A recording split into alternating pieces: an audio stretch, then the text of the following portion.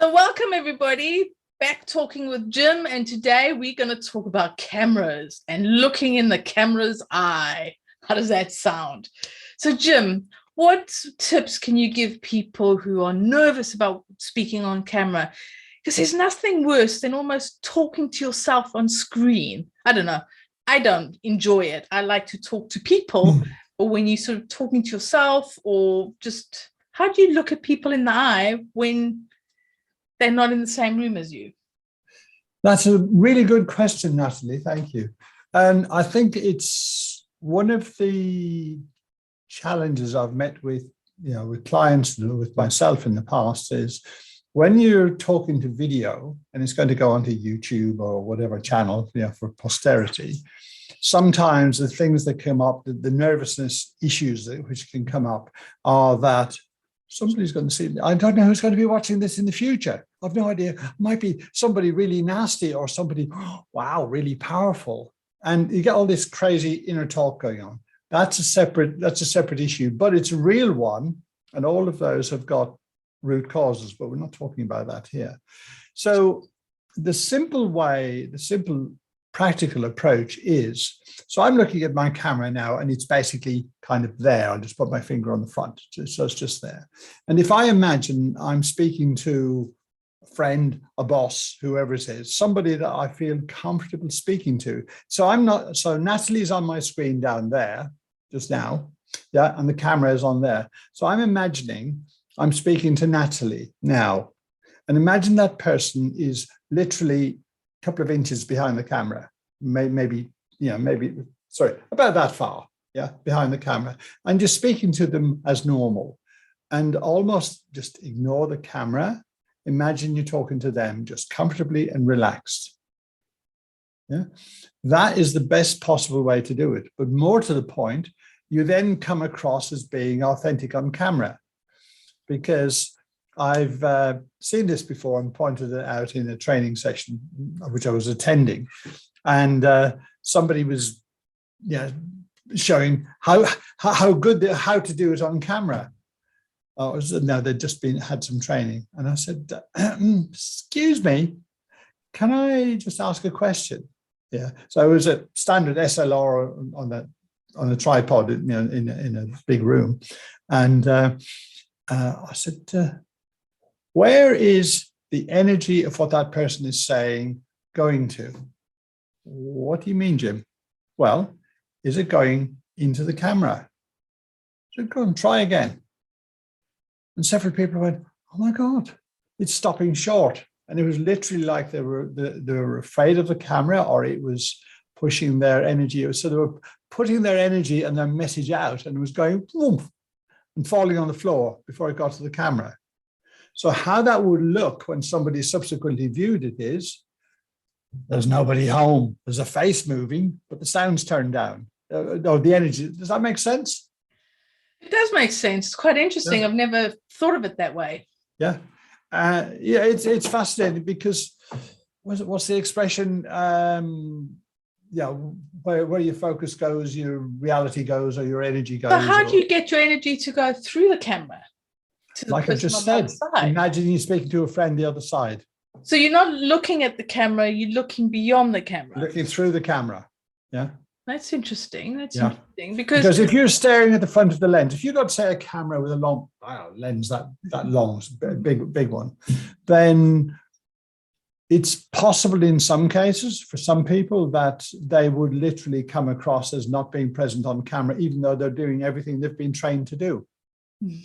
But they haven't got the presence, literally presence, when you view the video. But again, it's when you look at people on camera. So, okay, I'm looking at you through I'm giving you eye contact. I'm looking at my camera. I can see that you on my screen there. I can see you out the corner of my eye. But I can't necessarily see your expression. So I can't necessarily see if you're smiling or you're not smiling. So I've got to actually look at you to see that. And I think this is where it gets really difficult to be essentially looking people in the eye through the camera, because you're not looking at the person to gauge what's happening. I mean, you could doze off for all I can see you. Yeah. I've almost got like a silhouette because I'm having to look at you through. So I have a camera that's on top of the laptop, so an external camera, which means that it's even higher up than my laptop camera. And I think this is where it can get difficult. Now, I notice also is in meetings sometimes, or network meetings, quite often you'll get a profile of somebody. They'll sit side to you. Oh, that is terrible. It's awful.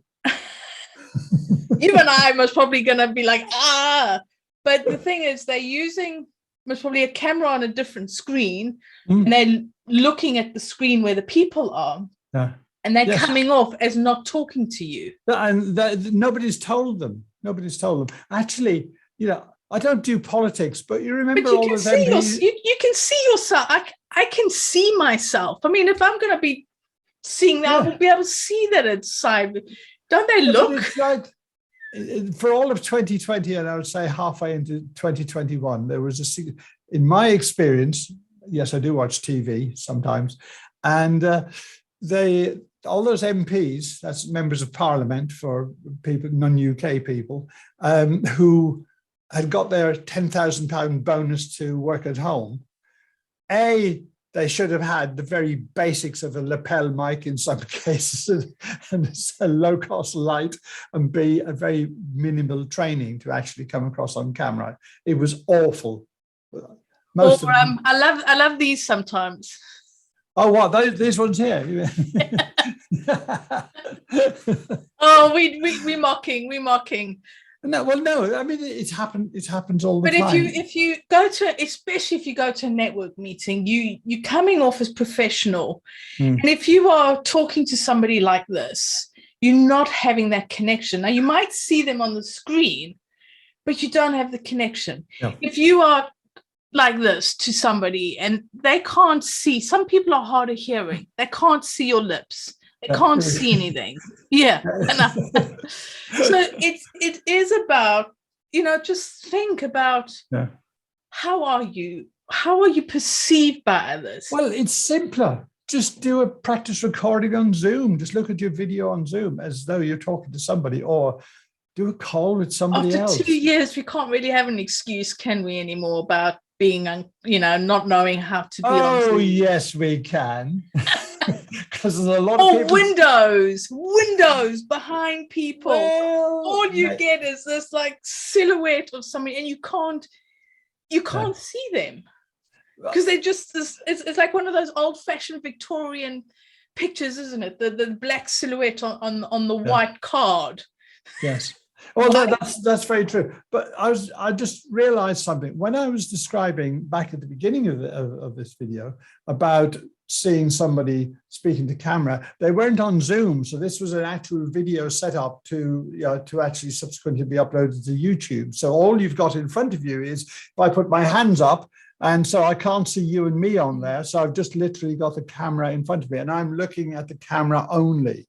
So I'm not distracted by screen full faces or my own. That is slightly easier to be just talking to the camera or just past the camera when it's just you giving a talk or present. Yes. Or, like I said, something for YouTube or something.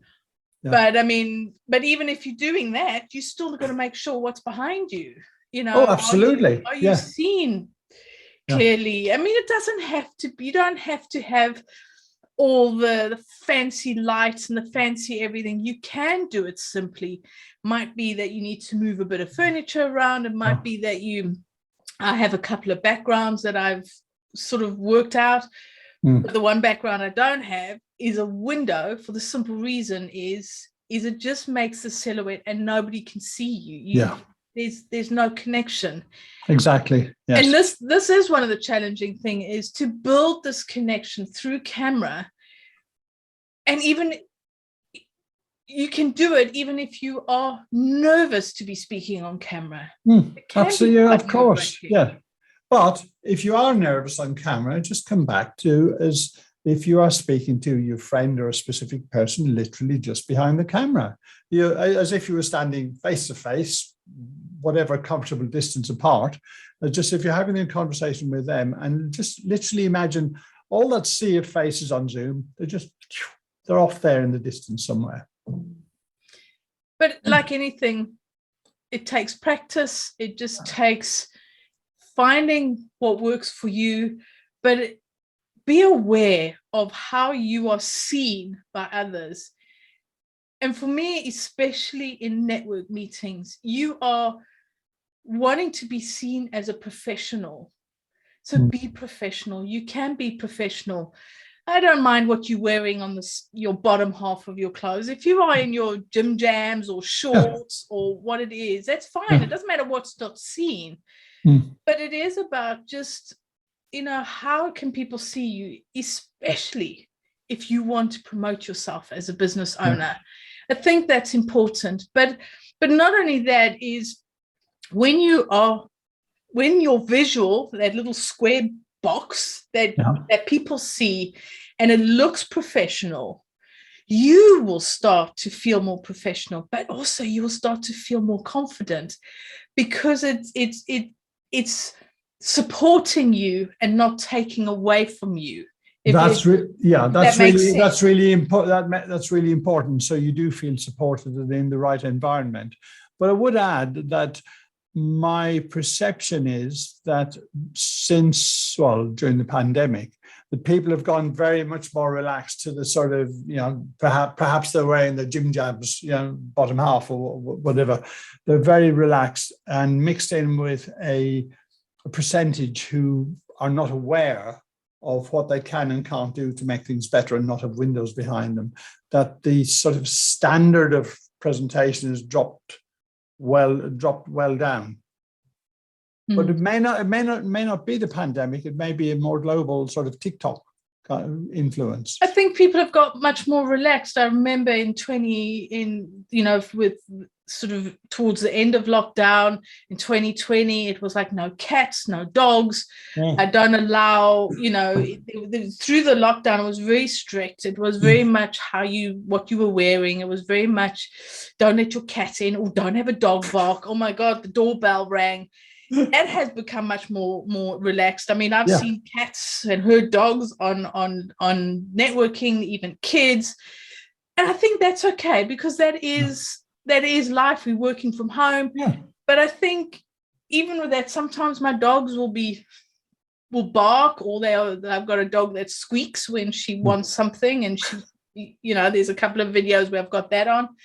But the thing is, how are you seen as well? Yeah. And I think absolutely these things that happen because we're working from home, okay, that's fine. It's not about nothing can happen. If your cat gets up on your computer, okay, the tail yes.